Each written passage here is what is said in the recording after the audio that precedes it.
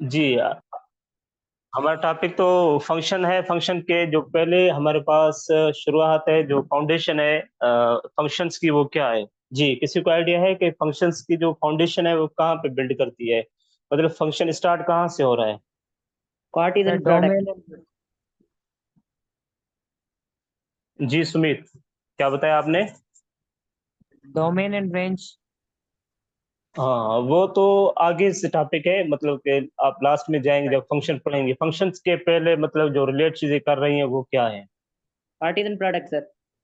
जी, Cartesian product के पहले भी एक और टॉपिक है जिसमें हम पढ़ेंगे कि ऑर्डर पेयर्स क्या होते हैं। Order pairs. वो इसमें आ जाता है ना, कार्टेशियन प्रोडक्ट में। जी जी। अच्छा, ऑर्डर पेयर का किसी को आइडिया है? जिसको आ रहा है वो रेज हैंड करे ताकि सारों का पता चल जाए कि आपका आइडिया क्या है इसके हवाले से।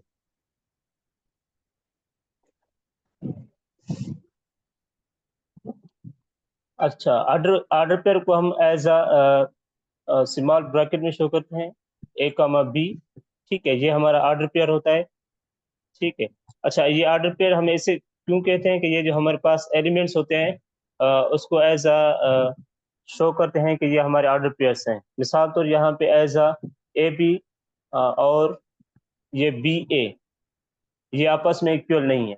अच्छा, वहां पे जो हमारे पास ये कंसीडर कर रहे थे कि ये इंटरवल्स हैं, तो इंटरवल्स हमारे पास किस में होते हैं? इंटरवल्स कहाँ पे होते हैं? ये ऑर्डर पेयर्स हमेशा सेट्स में होते हैं। ठीक है, ऑर्डर पेयर्स हमेशा सेट्स में होते हैं। वो जो हमारे फंक्शंस होते हैं, इंटरवल्स हमेशा फंक्शंस का होता है। ठीक है। तो मोस्टली जो हमारे सेट्स होते हैं वो भी हमारे फंक्शंस का ट्रीट होते हैं, वो आगे हम देखेंगे। सही है। तो यहाँ पे जो हमारे पास ए का बी है, इसे हम ऑर्डर पेयर कहते हैं। जो फर्स्ट एलिमेंट है इसे हम कहते हैं कि ये इनपुट है हमारा। वो आगे देखेंगे कि ये कैसे इनपुट है। और ये बी को हम कंसीडर करते हैं कि ये आउटपुट है।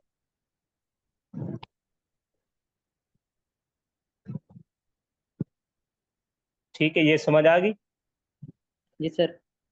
हाँ, तो ऑर्डर पेयर ये कभी भी इस शेप में नहीं लिखा जाएगा। ठीक है, सिर्फ ही स्मॉल ब्रैकेट में होगा, ए कामा बी या सी कामा डी होगा। ये हमारा ऑर्डर पेयर इस शेप में होगा। ऑर्डर ऑर्डर पे पेयर आएंगे सर। सेट्स में तो ऑर्डर से कोई फर्क नहीं पड़ता। हाँ, सेट्स में तो फर्क नहीं पड़ता। यहाँ पे जो हमारे पास, यहाँ पे सेट्स, यहाँ पे ये सेट नहीं है। ए कामा बी, आप इसे सेट नहीं कहेंगे, ये ऑर्डर पेयर है हमारा। मतलब मैं ये कह रहा था कि ये सेट्स के से बिलोंग कर रहा है ये।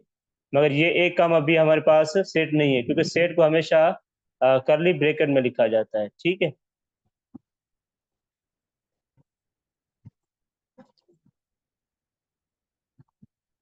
अच्छा, सर जो हमारे इनपुट पास, और आउटपुट के अलावा और बोल सकती हैं कुछ? Domain range. जी जी, वो हम आगे आएंगे तो इसको स्पेसिफिक नेम भी कहेंगे कि ये हमारा, इसे एज अ डोमेन भी कहा जाता है इसे।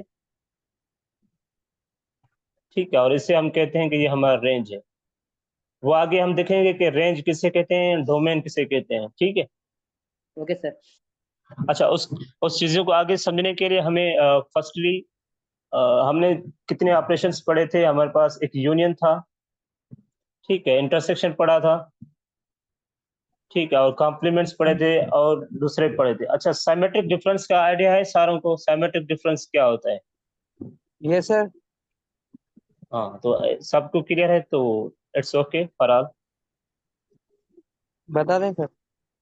हाँ, बता दें ताकि सारों का रिवाइज हो जाए। जी। सर वैसे तो डिफरेंस का मतलब होता है कि ए डिफरेंस बी फाइंड करें, तो उसमें क्या होता है, जो ए में एलिमेंट बचते हैं वो लिखते हैं, सिर्फ बी वाले नहीं कंसीडर करते हैं। डिफरेंस में दोनों में जो बच रहे हैं वो लिखते हैं। हाँ, अच्छा, नहीं पता जी, बताता हूँ मैं। मिसाल तौर हमारे पास ए सेट है 1 2 3। ठीक है, और बी सेट है हमारे पास 3 4 5। ठीक है। अच्छा, एसिमेट्रिक डिफरेंस में ये होता है कि जो हमारे पास कॉमन एलिमेंट जो भी होते हैं, मिसाल पर हमारे पास कॉमन एलिमेंट यहाँ पे कौन से हैं? यहाँ पे 3 है, तो यहाँ से सिर्फ 3 नेग्लेक्ट कर देंगे। ठीक है, बकाया सारे इस सेट में लिखेंगे, तो क्या बनेगा? 1 2 4 5। सही है, ये ऐसे कहते हैं कि ये हमारा सिमेट्रिक डिफरेंस है। जो कॉमन एलिमेंट होते हैं वो हम डिलीट कर देते हैं, बकाया सारे जो दोनों सेट्स में अवेलेबल होते हैं वही हम लिख देते हैं। माइनस वाले साइन दे सकते हैं ना सर, डिफरेंस नहीं, में? वो डिफरेंस और सिमेट्रिक डिफरेंस में फर्क है। ए डिफरेंस डेल्टा। बी का मतलब ये होगा कि आप 1 2 3 डिफरेंस 3 4 5, तो यहाँ पे 3 3 कैंसिल हो जाएगा, और जो पहला सेट होगा जो भी उसके रिमेनिंग एलिमेंट्स होंगे वही हमारा ए डिफरेंस बी होगा। तो यहाँ पे क्या होगा 1 2। तो ये बहुत ही बड़ा डिफरेंस है सिमेट्रिक डिफरेंस और डिफरेंस में। जी जी, थैंक यू सर। अच्छा, उसके बाद आती है कार्टेशियन प्रोडक्ट। ठीक है, कार्टेशियन प्रोडक्ट भी हमारे पास एक ऑपरेशन की तरह ट्रीट होता है। Cartesian product on on sets. ठीक है।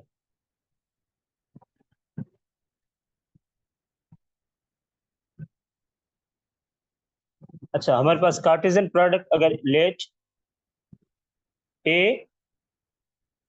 And B be the sets,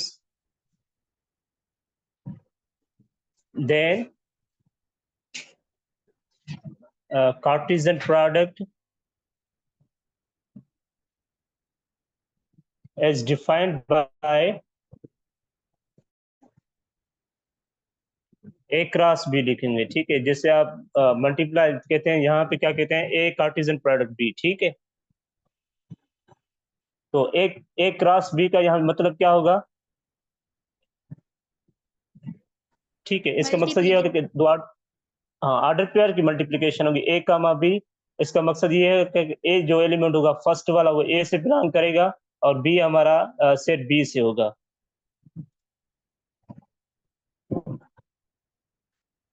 सही है, ये क्लियर हो गया कि ये डेफिनेशन ये कह रही है कि कार्टेशियन प्रोडक्ट की एक स्मॉल स्मॉल मतलब कि हमारे पास जो ब्रैकेट है उसमें लिखते हैं ए कामा बी, वेयर ए जो हमारा फर्स्ट वाला एलिमेंट होगा वो फर्स्ट वाले एलिमेंट से ही बिलोंग करेगा। यहाँ पे ए है तो ए स्मॉल ए से बिलोंग करेगा, और बी किस से बिलोंग करेगा? बी से। तो इसे कहेंगे कि ये हमारा ऑर्डर पेयर है।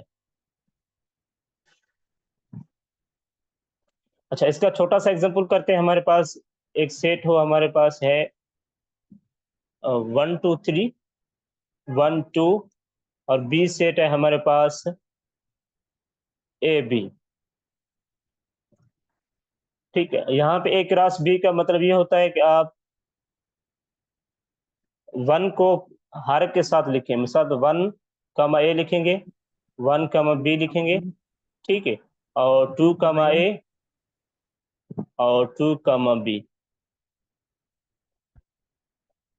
ठीक है। अच्छा, ये बात जहन में होनी चाहिए कि जो हमारे पास ए क्रॉस बी या एक कार्टेशियन प्रोडक्ट बी, ये कभी भी इक्वल नहीं होता बी क्रॉस ए के।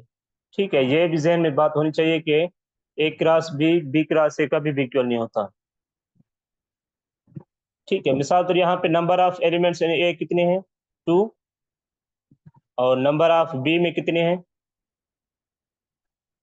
2। तो यहाँ पे नंबर ऑफ ए भी हमारे पास होंगे दोनों का मल्टीपल, तो 2 2 × 4 एलिमेंट्स होंगे। ठीक है, इसमें ये बात भी जहन में होनी चाहिए।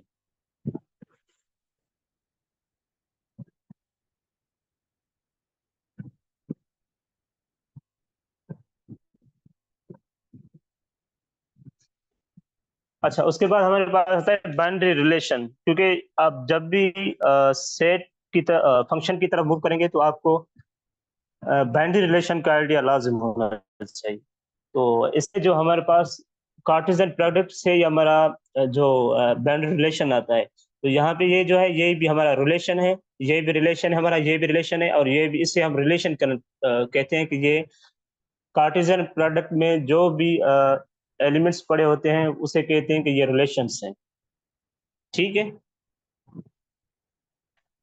Okay sir. हाँ, तो इसकी डेफिनेशन, प्रॉपर डेफिनेशन ये होगी कि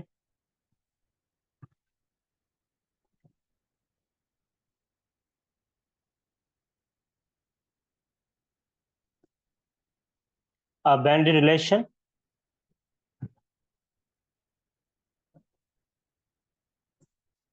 from a set A to a set B is just a subset of A cross B, subset of A cross B। मतलब जो हमारे पास बाउंड्री रिलेशन होगा वो हमने जो कार्टेशियन प्रोडक्ट का सेट बनाया था वो उसका ही सबसेट होगा। ठीक है, इसकी ये बात भी जहन में होनी चाहिए कि एवरी, सर हाँ मतलब जो हमारे पास पहले जो हमने लिखा था ना A क्रॉस B का सेट लिखा था, ठीक है, वो क्या होता है, ये बाइनरी रिलेशन उसके सबसेट्स होते हैं। मिसाल तो हमने लिखा था कि 1, A शायद 1, B था, 2, A 2, और B 2, B। बाइनरी रिलेशन हमेशा A क्रॉस B के सबसेट्स होंगे। मतलब यहीं से आप उठाएंगे वो, ये R1 इसे कहते हैं कि ये रिलेशन 1 है, ये क्या हमारा रिलेशन 2 है, और ये रिलेशन 3 है, और ये रिलेशन 4 है। Okay sir. हाँ, every subset of A cross B is binary relation. ठीक है, हम उसे एज क्या कहते हैं, बाइनरी रिलेशन। क्यों कहते हैं बाइनरी रिलेशन?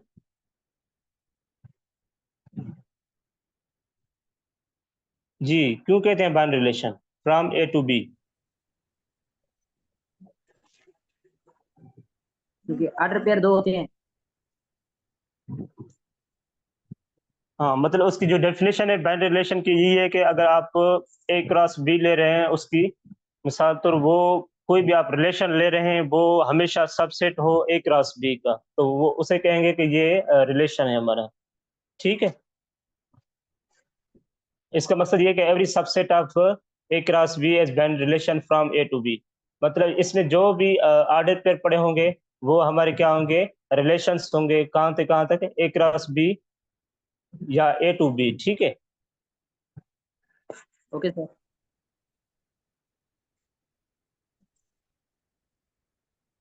अच्छा, अभी जरूरत है कि हम ऑर्डर पेयर्स जो हमारे पास A क्रॉस B फाइंड करने का कोई और मतलब कि जरूरत है एग्जांपल की? नहीं सर, मोस्टली क्लियर हो गया सर। No sir. जी बताएं क्या हुआ? सर क्लियर है हमें तो। हाँ, हाँ, ओके। अच्छा, इसमें आपको कभी भी गिवन हो A क्रॉस B, ठीक है, मिसाल तो हमारे पास कोई भी एलिमेंट्स पड़े हैं 1, A, हमने उठाया था 1, B और 2, A और 2, B। तो कभी कभी आपको ये भी गिवन होगा कि यहाँ से पहले तो हम देखेंगे यहाँ इसके इनपुट्स कौन कौन से हैं।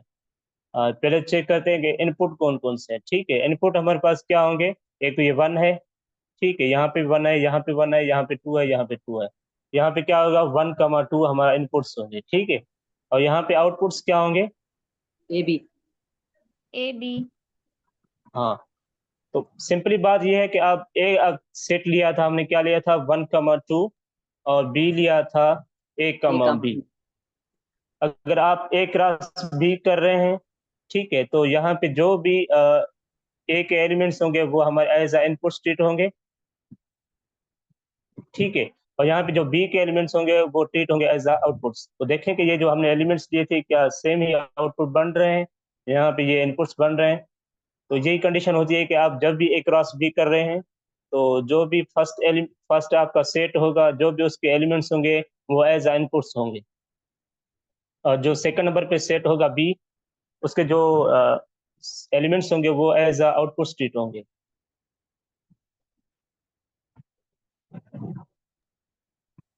सही है, कोई आपसे पूछे कि इसकी डोमेन क्या होगी, सो डोमेन और इनपुट बात सेम है। ठीक है, जी। ठीक है, डोमेन और इनपुट बात सेम है। डोमेन और इसकी डोमेन क्या होगी, आपसे कोई पूछे कि domain of A cross B क्या होगी, तो आप फौरन बता देंगे क्या होगी, 1, 1, 2, 2। तो ये सिर्फ 1 और 2 होगी। और इसकी रेंज क्या होगी? AB। A B. रेंज, हाँ A, B होगी सिर्फ। सर जी जी। हम डायरेक्ट ऑर्डर पेयर कैसे फाइंड करेंगे? जी direct order pair. Example sir, A is equal to 1 2 3 and B is equal to A B C D, और इसके डायरेक्ट हमें आर्डर पेयर फाइंड करने हो। हाँ, हमारे पास 1 2 3 और बी क्या कह रहे हैं आप? A B C D. हाँ जी सदफ, बताएं आप। सर इनमें जितने नंबर ऑफ एलिमेंट्स हैं उनको खुद में मल्टीप्लाई कर देंगे एक दूसरे से। हाँ बस ये पहले हमने देखा था कि जो हमारे पास नंबर ऑफ ए है कितने हैं, 3, और नंबर ऑफ 3। बी हमारे पास है 4। तो हमारे पास number of A cross B मतलब नंबर ऑफ मतलब ये है कि कार्डिनलिटी उस सेट की क्या होगी, 12 होगी। तो इसमें जो ऑर्डर पेयर्स बनेंगे वो 12 होंगे, या रिलेशंस जिसे कहते हैं। इसमें जो पड़े होंगे वो रिलेशन, ऑर्डर पेयर से हमारे क्या होते हैं, रिलेशंस होते हैं। Okay sir, thank you sir. ठीक है, आप ऐसे सारे वन वन को आप जब भी ट्रीट करेंगे एज ए वन को लें, ठीक है, ए के साथ करें, फिर वन को बी के साथ करें, ऑर्डर पेयर बनाए वन को सी के साथ, अप टू सो ऑन। ठीक है, तो आप 2 को भी सेम तरीके से बनाएंगे, 3 को भी, ये बन जाएगा आपका। तो ये हमारे सारे जो ये पढ़े हैं, ये हमें इसी कहते हैं कि ये रिलेशंस हैं।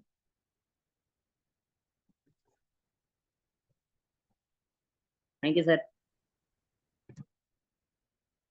ठीक है, अच्छा, प्रॉपर डेफिनेशन की जरूरत है क्या, मतलब डोमेन क्या होती है हमारे सेट की, और सॉरी कार्टेशियन प्रोडक्ट की?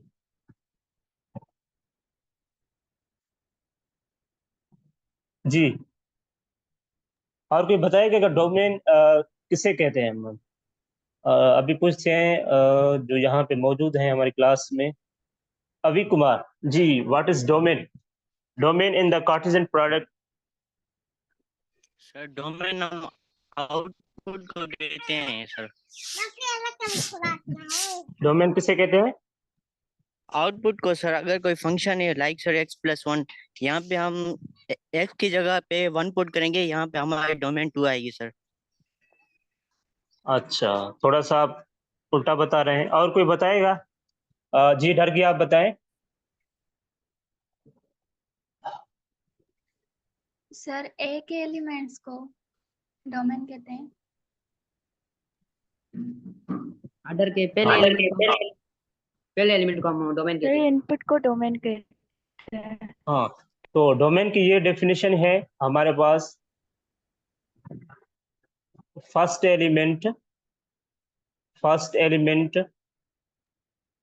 Of all order pair, all order pairs. ठीक है, ऑल जो ऑर्डर पेयर्स हैं उसका जो फर्स्ट एलिमेंट होगा उसे हम कहते हैं कि वो हमारा क्या है, डोमेन ही है। ठीक है, और रेंज क्या है हमारा, second element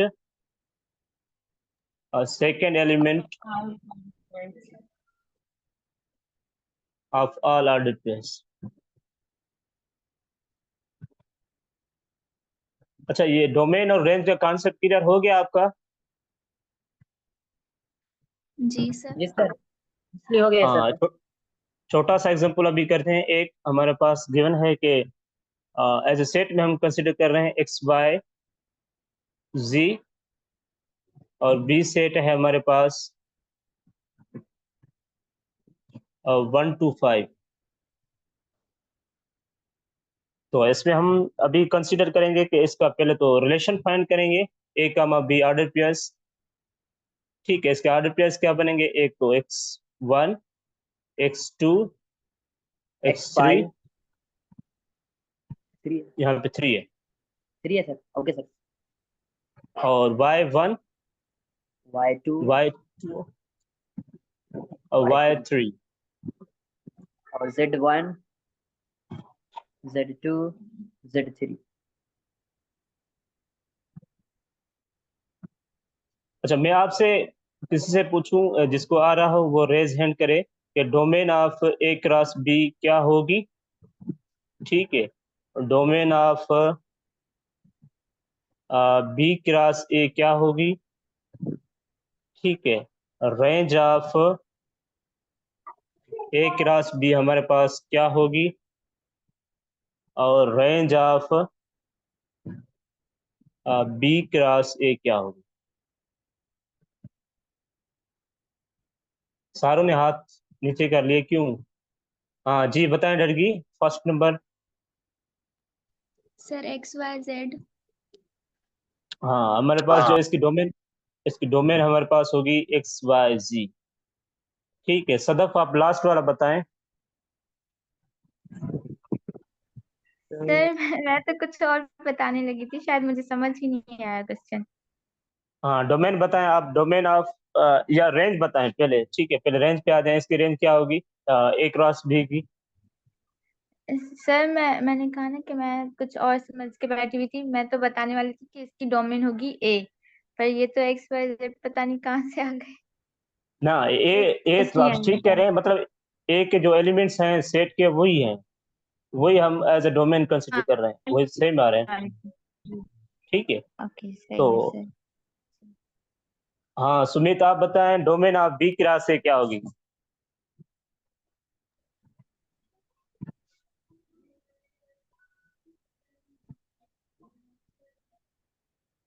G Sumit. Sir 1 2 3। हाँ सही है। फहीम आप बताएं लास्ट वाला, रेंज ऑफ बी क्रॉस से, range of B cross A. 1 2 3। Sir कैसे? XYZ होगा। हाँ, तो आपको जहन में होना चाहिए जब भी आपसे डोमेन पूछा जाए तो ये फर्स्ट वाला ए एलिमेंट है ना, उसके सारे एलिमेंट उसमें मौजूद होंगे। ठीक है, यहाँ पे एक मिसाल, यहाँ पे फर्स्ट लिया था domain of A cross B, तो जो फर्स्ट हमारे पास सेट है ए, उसके सारे एलिमेंट्स हमारे एज अ डोमेन ट्रीट होते हैं। ठीक है, और यहाँ पे domain of B cross A, तो बी यहाँ फर्स्ट सेट हमारा क्या है, बी है, तो उसके सारे elements as a domain treat होंगे। ठीक है, यहाँ पे range of A cross B करेंगे, जो सेकंड एलिमेंट होगा उससे हम रेंज, क्योंकि रेंज हमने देखा था कि जो सेट उसे कहते हैं रेंज के, जो आपके ऑर्डर पेयर्स हैं उसका सेकंड एलिमेंट हो उसे कहते हैं। तो यहाँ पे सेकंड एलिमेंट क्या बनेंगे, किसके बनेंगे? बी के बनेंगे।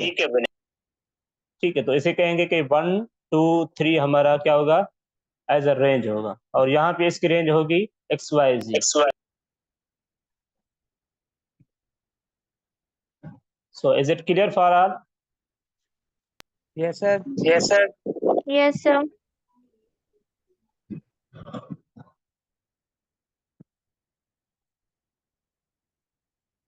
हाँ, अभी आते हैं व्हाट इज फंक्शन। जी, व्हाट इज फंक्शन, जी किसी को आइडिया है? क्योंकि हम जी, what is function? Sir cartesian cartesian product ही होती है ये भी। जी जी हाँ बिल्कुल। आगे कंडीशन होती है, वो क्या होती है?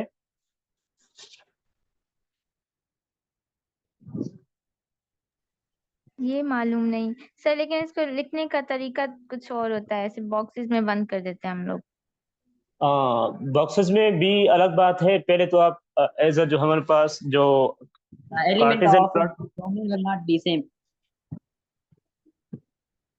अच्छा इसकी, हाँ सही है, इसकी जो स्पेसिफिक डेफिनेशन यही है कि हमारे पास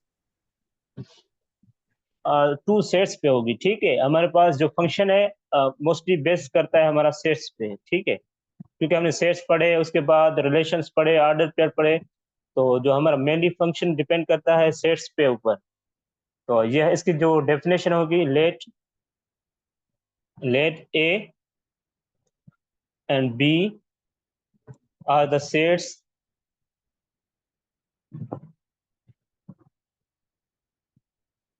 and A cross B the binary relation. क्योंकि हमने ए क्रॉस बी को क्या देखे, इसमें सारे ही बाइनरी रिलेशन पड़े होते हैं। Is the binary relation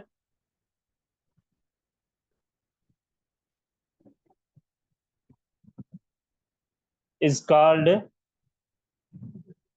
function f।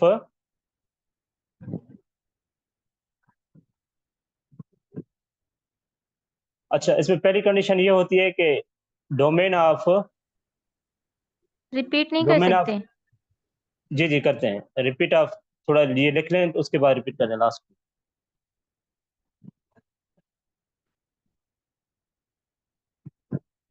अच्छा, इसमें ये होता है कि मैं डेफिनेशन लिख लूंगा ताकि आपको सारा सा कॉन्सेप्ट दोबारा से रिपीट हो जाए। नहीं नहीं सर, मैंने कहा जी मैंने कहा डोमेन रिपीट नहीं रिपीट हो सकते हैं। होती। मैंने आपसे रिपीट हाँ कहा, हाँ, सही डोमेन रिपीट नहीं होती। सही सही सही। As assigned with exactly one element of B set। ठीक है, इसका मकसद ये होता है कि हमारे पास जो भी सेट हो, आप ऑर्डर पेयर ले रहे हैं, मिसाल तौर A cross B, A to B, where A belong कर रहा है ए से और बी कर रहा है सेट बी से। तो यहाँ पे डोमेन है, ये भी हमेशा एक इसका जो एलिमेंट होगा सेट ए का, वो हमेशा ही उसका जो आउटपुट होगा वो यूनिक ही होगा। ठीक है, मतलब कि इसकी ये भी डेफिनेशन है कि every input have unique output. ठीक है, इसकी और डेफिनेशन भी है, यहाँ पे आप लिख लें as a simple, every unique input have unique output. ठीक है, तो यहाँ पे जो डेफिनेशन यही होती है कि जो इसकी डोमेन होती है हमेशा ए क्रॉस बी। यहाँ पे ए क्रॉस बी जो हमने देखी थी कि जो इसके जो सारे ए के एलिमेंट्स हो वो सारे मैप्ड हो। मैप के उसके एक मैप का मतलब यहाँ पे यही होता है कि उसके जो ए के सारे एलिमेंट्स है वो किसी न किसी वैल्यू के साथ असाइंड हो। ठीक है, तो उसे कहेंगे कि ये इसकी जो डोमेन है वो हमारे पास सारी ही कहीं पे ना कहीं पे मैप्ड है। ठीक है, मैप्ड या कहते हैं या असाइंड है। तो हम एक एग्जांपल करते हैं ताकि आपका आइडिया भी क्लियर हो जाए। यहाँ से मिसाल तो हमारे पास ए सेट है 1 2, छोटा सा सेट लेते हैं ताकि आपका आइडिया क्लियर हो जाए। एक्स वाई, तो पहले यहाँ पे हम बनाएंगे ऑर्डर पेयर्स। ठीक है, तो यहाँ पे ऑर्डर पेयर क्या बनेंगे, 1 1 एक्स और 1 वाई। ठीक है, और दूसरा बनेगा 2 एक्स 2 वाई। ठीक है, अच्छा इसमें पहली पहली कंडीशन क्या थी कि इसकी डोमेन जो है ए क्रॉस बी की। अच्छा, इसकी डोमेन क्या है वैसे, यहाँ पे domain of A cross B क्या है? 1, 2। 1 2। 1 2। सही सही, तो ये हमारी कंडीशन सेटिस्फाई कर रही है क्योंकि ये ए के बराबर है। ठीक है, हमारे पास सेकंड कंडीशन क्या कह रही है कि जो फर्स्ट एलिमेंट है, जो इनपुट है, इसका जो आउटपुट हो हमेशा यूनिक हो। ठीक है, यहाँ पे वन इनपुट पे हमारा क्या आ रहा है, एक्स, और यहाँ पे वन पे आ रहा है वाई, और यहाँ पे 2 पे आ रहा है एक्स और 2 पे आ रहा है वाई। तो यहाँ पे आप इसको रिस्ट्रिक्ट करेंगे। ठीक है, इसको रिस्ट्रिक्ट करने के लिए क्या करेंगे, मिसाल तो आप कोई इसको सेट कैसे बनाएंगे, जी इसको फंक्शन कैसे बनाएंगे, आप इनमें से कौन कौन से ऑर्डर पेयर्स लेंगे ताकि ये फंक्शन बन जाए? जी कौन बताएगा, जिसको आ रहा है वो रेज हैंड करे। सर क्वेश्चन रिपीट करें। अच्छा, मैं ये कह रहा था कि जो हमारे पास ए क्रॉस बी के ऑर्डर पेयर्स बने हैं, इसको आप डेफिनेशन फंक्शन की डेफिनेशन अप्लाई करें और बताएं कि जो इसके ऑर्डर पेयर्स कौन से होंगे जो फंक्शन की डेफिनेशन को सेटिस्फाई करेंगे।